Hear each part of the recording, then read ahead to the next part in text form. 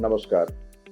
Guiding growth empowering prosperity के date fund की series में हम नेक्स्ट सीरीज की बात करते हैं और इस सीरीज का नाम है banking and PSU debt fund. आखिर banking and PSU debt fund इसका नाम क्यों है? क्योंकि इसकी जो अंडरलाइन सिक्योरिटीज है वो जनरली बैंकिंग कंपनियों या पब्लिक सेक्टर अंडरटेकिंग्स के द्वारा इशू की गई होती हैं और इस बात की कंडीशन बनाई हुई होती है इस फंड में कि पोर्टफोलियो का तकरीबन 80% हिस्सा कम से कम केवल बैंकिंग और पब्लिक सेक्टर अंडरटेकिंग के सिक्योरिटीज के ही इन्वेस्टमेंट इसमें इनकॉर्पोरेट की जाए। अब क्योंकि बैंकिंग एंड पीएसयूज को किसी भी इकोनॉमी में थोड़ा सिक्योर्ड माना जाता है, इसलिए इसमें जो इनहेरिटेंट रिस्क है वो जनरल डेट फंड के मुकाबले थोड़ी कम होती है और इसकी जो रिस्क की रेटिंग है वो काफ़ी बेहतर होती है। मार्केट में जब भी हम डेट फंड में इन्वेस्टमेंट करते हैं तो दो बातों का ज़्यादातर ध्यान रखते हैं। एक, उस फंड में इनहेरेंट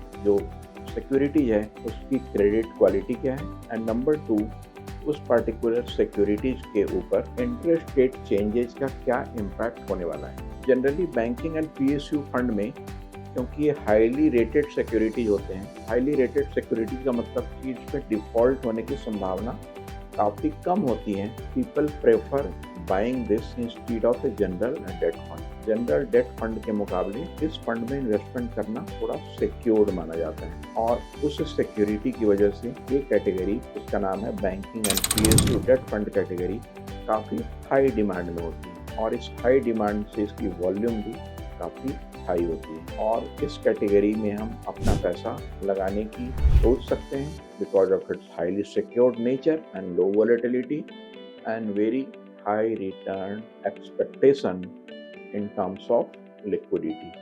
क्योंकि इस सिक्योरिटी मार्केट में बहुत जल्दी ही सेल हो जाती हैं और उस जल्दी सेल होने के कारण, जिसको हम जल्दी की लिक्विडिटी बोलते हैं, ये कैटेगरी हमारे लिए बेहतर मानी जाती है। तो आज के इस डेट कैटेगरी की सीरीज में बैंकिंग एंड पीएसयू फंड में इतना ही। अगली सीरीज में एक नई सीरीज के साथ हम फिर से आपसे रूबरू होंगे।